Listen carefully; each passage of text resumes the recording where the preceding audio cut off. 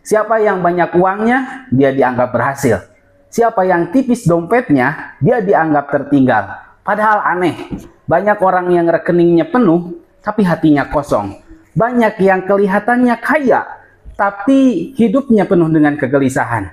Makanya ada singkatan duit dengan uang hidup itu tenang. Dengan uang hidup itu tenang. Padahal itu bukan segala-galanya. Ya. Walaupun hampir sesuatu membutuhkan uang. Bagi kita uang bukan segala-galanya. Walaupun segalanya butuh uang. Tapi dibalik ke semua itu, kalau uang segala-galanya, mana ada orang kaya raya tapi dia gantung diri. Mana ada orang kaya raya korupsi. Koruptor itu 1 triliun kalau dibelikan salon pas, 1 desa dan 1 kecamatan itu bisa panas semuanya. Itu luar. Jadi sebenarnya sempat bingung ya, kalau sekarang banyak uang, bingung. Bagaimana cara mengeluarkannya? Tidak punya uang, bingung ya. Tidak punya uang, bingung.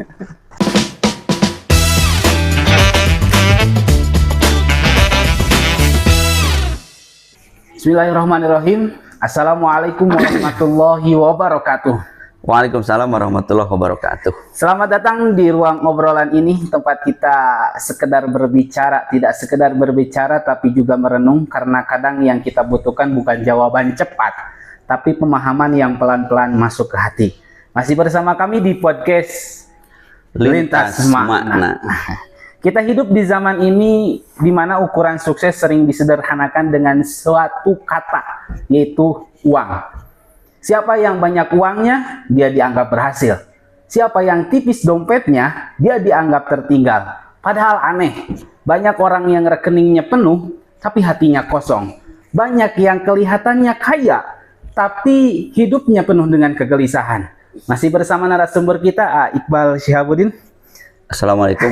Assalamualaikum, Pak. Ya, gimana kabar pagi ini? Alhamdulillah, pagi-pagi masih memakai busana ini ya, olahraga. Mudah-mudahan kita selalu bisa bersyukur kepada Allah Subhanahu wa taala. Amin amin ya Allah. Kita akan bahas apa nih hari ini?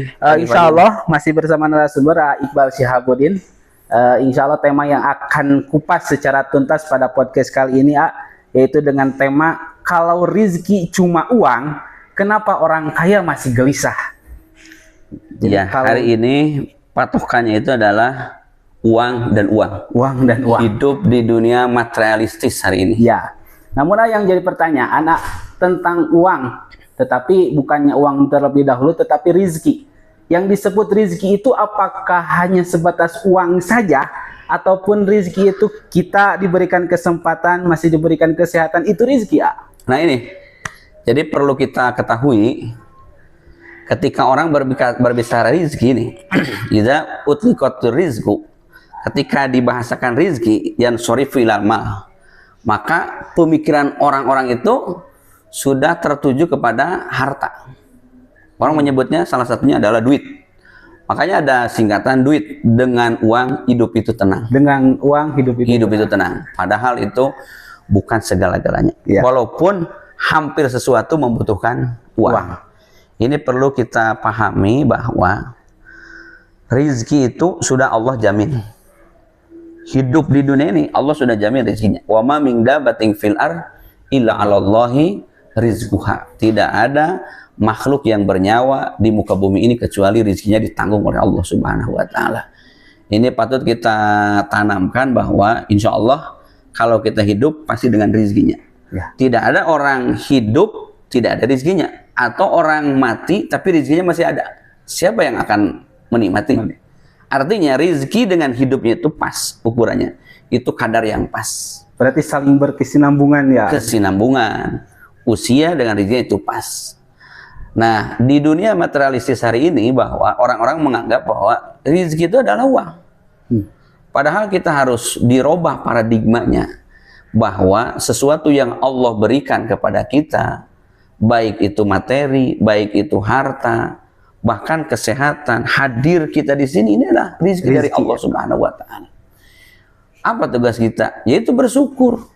Allah berikan rizki kesehatan, Allah berikan rizki panjang usia, Allah berikan rizki bisa bertemu dengan sanak saudara, berkumpul, bertatap muka, bercanda, berbahagia. Bahkan rizki yang paling hebat itu adalah Allah berikan keimanan ke dalam jiwa kita. Itu adalah rizki yang paling hebat. Rizki yang paling hebat itu adalah di mana kita bisa selalu bersyukur dan mengabdi kepada Allah Subhanahu wa Ta'ala. Bagi kita, uang bukan segala-galanya, walaupun segalanya butuh uang. Tapi dibalik ke semua itu, kalau uang segala-galanya, mana ada orang kaya raya tapi dia gantung diri? Mana ada orang kaya raya korupsi? Koruptor itu adalah orang-orang yang kaya secara finansial tapi tidak ada ketenangan. Iya. Kosong jiwanya. Meskipun banyak uang. Banyak uang bergelimpangan tetapi koruptor. Kemarin itu dirilis di kantor pajak itu 60 miliar, bayangkan. Di minggu kebelakang itu Prabowo itu merilis berapa? Hampir 56 triliun. Bayangkan. Hasil dari koruptor. 1 triliun kalau dibelikan salon pas, satu desa dan satu kecamatan itu bisa panas semuanya. Itu luar biasa.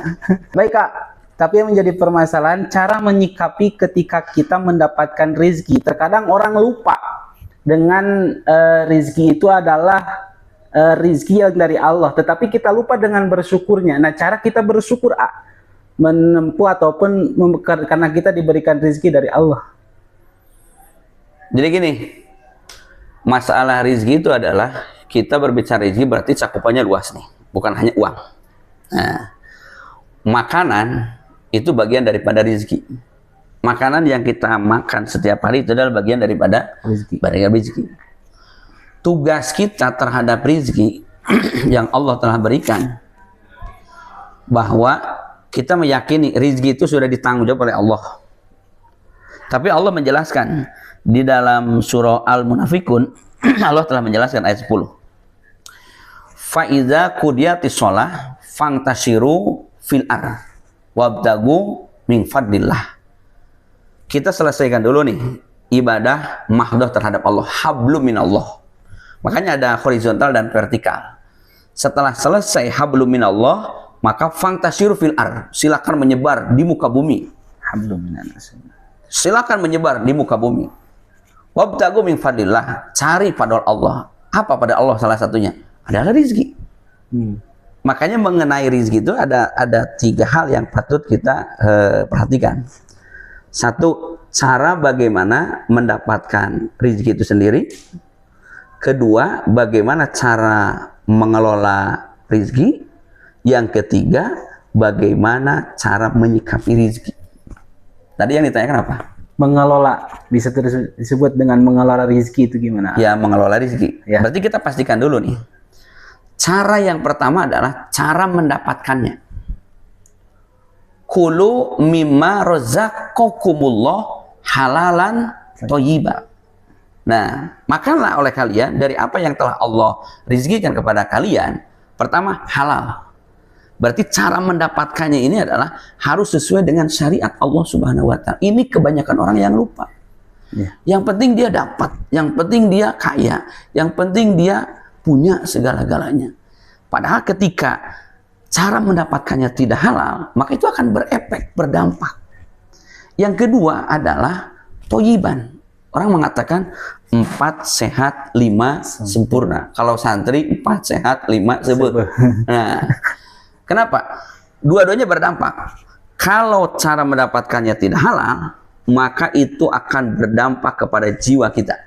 Mungkin tidak ada ketenangan, ataupun di keluarga kita itu adalah susah untuk diarahkan menuju kepada Allah. Mungkin tidak ada keharmonisan, mungkin permasalahan terus datang bertubi-tubi. Setiap hari padahal uang itu banyak, rezeki itu banyak, fasilitas itu ada. Kenapa? Ini perlu kita introspeksi. Mungkin cara mendapatkannya tidak halal. Yang kedua, kalau tidak thayyib, apa yang akan terjadi? Ya, karena penyakitlah di tubuh. Terlalu banyak makan cabai, terlalu banyak makan daging, terlalu banyak makan apa ini dan anu yang tidak sesuai dengan kebutuhan tubuh kita. Itu pertama. Yang kedua, bagaimana cara mengelola? Ya, kelola sesuai dengan aturan Allah Subhanahu wa Ta'ala. Allah tidak menghendaki hamba-hambanya untuk berlebihan. Innallaha la yuhibbul musrifin. Allah tidak menghendaki, tidak mencintai hamba-hambanya yang berlaku berlebihan. Ketika ada rizki yang berlebih, maka di bagian rizki itu adalah ada hak orang lain, ada milik orang lain, maka kita salurkan dengan zakat wajib, dengan sodako, dengan infak. Itu adalah bagian cara mengelola harta supaya sesuai dengan aturan Allah Subhanahu wa Ta'ala. Yang terakhir adalah bagaimana kita menyikapinya tentang rizki dari Allah. Rizki dari Allah itu adalah terkadang ada yang banyak, ada yang sedikit. Itu tergantung bagaimana orangnya bisa menyikapi. Kalau banyak, kita bersyukur kepada Allah. Kalau sedikit, kita bersabar. Yang Allah harapkan itu adalah bagaimana fantasyiru fil ar. Kita mencari sebanyak-banyaknya dan kita berusaha semaksimal mungkin, maka rezeki itu sudah ditanggung jawab oleh Allah Subhanahu wa Ta'ala. Jadi sebenarnya sempat bingung ya, kalau sekarang banyak uang, bingung. Bagaimana cara mengeluarkannya? Tidak punya uang, bingung ya. Tidak punya uang, bingung. Kenapa orang bisa bingung ketika berbicara rezeki? Karena dia tidak siap mental untuk menyikapi. Tidak siap mental untuk menyikapinya. Kalau siap mental untuk menyikapi, ketika ada rezeki, bersyukur. Kalau tidak ada, ya bersabarlah. Kita cari. Dan ketika mencari rizki itu adalah man kharaja fi baiti, orang yang keluar dari rumah mencari rizki. Liyali, untuk keluarganya, untuk kebutuhan dirinya, untuk beribadah kepada Allah. Bahwa bisa pilihlah.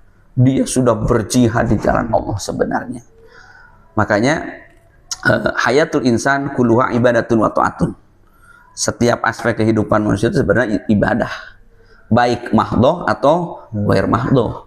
Pekerjaan apapun yang Allah berikan, sebenarnya kalau diniatkan untuk Allah, semuanya bisa menjadi ibadah. Jadi pemirsa, keluarlah, jangan di dalam rumah ya. Keluar, fantasyiru fil ar. Silakan keluar.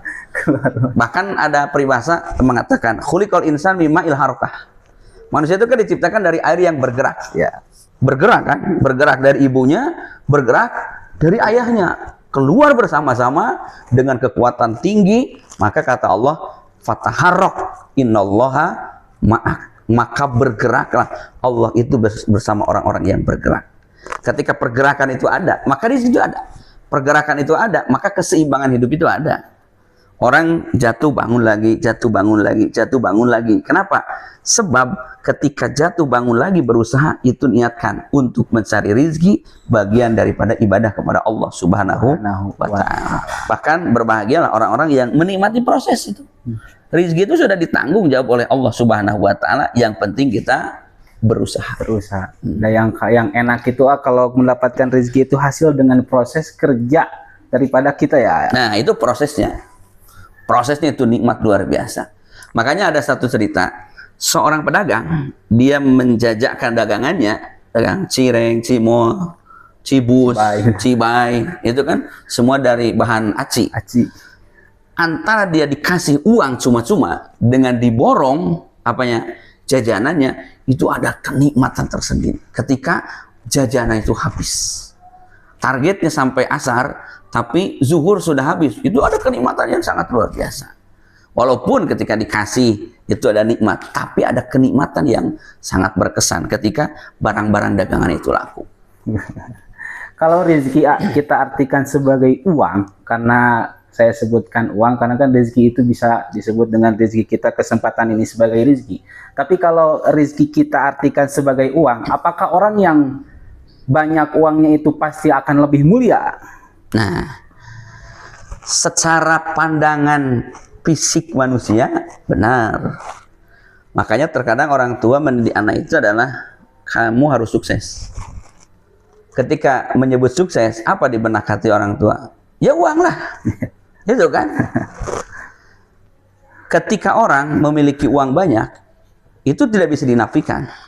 Bahkan orang bisa memuja-memujinya. Tapi di hadapan Allah, uang itu bisa bermanfaat manakala uang itu dipakai di jalan Allah. Kenapa? Proses menuju jalan Allah itu membutuhkan uang. Maqamadin ila bilma. Tidak akan tegak agama itu kecuali dengan harta. Makanya orang-orang yang punya uang, maka dipakailah di jalan Allah. Itulah yang akan kekal. Rasulullah mengatakan, "Idza matabnu Adam in qata amaluh illa min salasin." Ketika anak Adam itu meninggal, putus semua amalnya. Ada yang mati main bola, nggak ada lah. Itu ada yang mati main layang-layang, nggak ada. Ada yang mati podcast, nggak ada. Putus semua amalnya. Yang bisa mengalir itu hanya 3. 1, shadaqatin jariyah. Shadaqah jariyah itu adalah mesti salah satunya dengan materi. Salah satunya. Walaupun shadaqah jariyah tidak hanya dengan materi saja, tapi salah satunya dengan materi. Makanya jangan pernah kita menganggap bahwa yang punya uang segala-galanya dia yang paling mulia. Tidak. Prinsip kita adalah kita bisa mengelola keuangan itu dengan sebaik-baiknya. Ya. Baik, dengan rezeki uang, apakah kita mempunyai rezeki uang itu bisa mengingatkan ataupun mengangkatkan derajat kita di sisi Allah, atau cuma sedang menaikkan gaya hidup kita di hadapan manusia? Kebanyakan orang begitu. Hanya menaikkan gaya hidup di hadapan manusia. Di hadapan manusia. Itu adalah keinginan setan. Kerjanya setan emang seperti itu. Tapi bagi kita orang-orang yang berpikir, berusaha cerdas, berusaha memahami bahwa hidup ini akan kemana, ujung-ujungnya semua harta benda tidak akan pernah dibawa. Dia menjadi bos Pertamina, dia nggak mau kalau matinya dicuci pakai Pertamina, nggak mau dia. Dia bos Pertamax ketika mati, dia dibasuh dengan Pertamax, dia nggak mau. Dia bos kain terbesar sedunia, termahal sedunia. Bahkan dia kepala atau pemimpin satu partai besar di Indonesia, bahwa dengan warna tertentu kalau dia mati mau dibungkus pakai kain kafan, warnanya tidak putih, tidak mau dia. Saya mau pakai kain kafan warna merah, warna biru, warna kuning, dia nggak mau. Artinya bahwa harta benda ini hanya cukup sampai kita meninggal. Makanya gunakanlah harta yang Allah berikan itu adalah di jalan Allah Subhanahu wa Ta'ala. Baik, Kak, closing kesimpulan yang diambil dari AA mungkin ada yang bisa dikasihkan kepada seluruh para audiens. Nah, ini pokoknya bersyukur atas rezeki kecil hari ini membuka pintu rezeki besar di kemudian hari. Itu perlu diingat. Rezeki yang halal itu adalah membuat ketenangan, walaupun meski jumlahnya tidak sesuai dengan apa yang kita harapkan. Rezeki itu bukan hanya sesuatu yang kita dapatkan, melainkan rezeki itu adalah bisa sesuatu yang kita berikan. Mudah-mudahan bermanfaat. Amin. Baik pemirsa, rezeki bukan cuma soal uang, tapi soal arah. Bisa mengangkat derajat, bisa juga cuma menaikkan gaya hidup. Semoga obrolan ini bikin kita bukan hanya ingin punya lebih, tapi juga ingin lebih baik. Sampai jumpa di obrolan berikutnya bersama kami, Podcast Lintas Makna. Wassalamualaikum warahmatullahi wabarakatuh.